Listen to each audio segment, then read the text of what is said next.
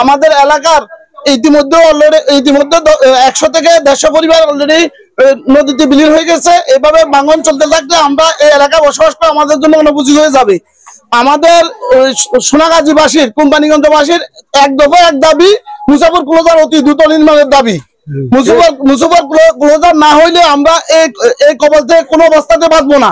আমাদের এলাকার কৃষক, আমাদের এলাকার ফসল সব নষ্ট হয়ে গেছে, এবং কি মুসাফর ক্লোজার না হওয়া পর্যন্ত আমাদের কোনো কৃষক কোনো ফসল করতে পারবে না, হওয়ার মতো কোনো সুযোগ নাই। পানি উন্নয়ন বোর্ডের মাধ্যমে আমাদের একমাত্র চাওয়া হচ্ছে মুসাফর ক্লোজারটা দ্রুত টেকসই নির্মাণ আমরা চাই। এটা আমাদের পানের দাবি। আমাদের মাওলানাপাড়া যুব কল্যাণ পরিষদের পক্ষ থেকে আমরা মানববন্ধনের আয়োজন করেছি। একটাই দাবি, যে শত শত ঘরবাড়ি বিলীন হচ্ছে, মানুষের অনেক কষ্ট হচ্ছে।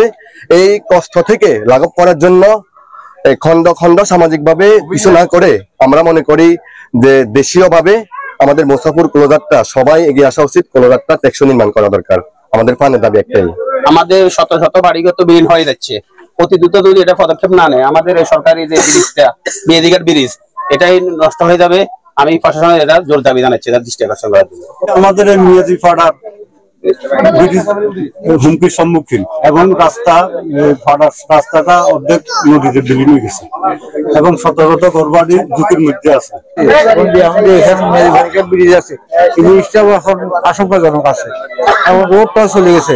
আমরা এগুলা সরকারের কাছে আবেদন করতেছি যেন ভবিষ্যতে এগুলো আগে সংস্কার ব্যবস্থা নেওয়া হয়।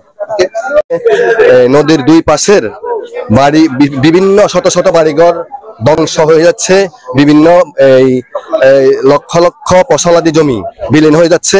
তার পাশাপাশি হচ্ছে আমাদের যে ব্রিজগুলো আছে, বিশেষ করে মেহেদিঘাট ব্রিজ, তারপরে হচ্ছে মাওলানাঘাট ব্রিজ, ইতিমধ্যে আমরা খবর নিয়েছি যে সাহেবেরঘাট ব্রিজও অলরেডি বিলীন হয়ে যাচ্ছে। আমরা চাই যে এই ক্ষতি থেকে লাভ করার জন্য দ্রুত মুসাফর ক্লোজার নির্মাণ চাই।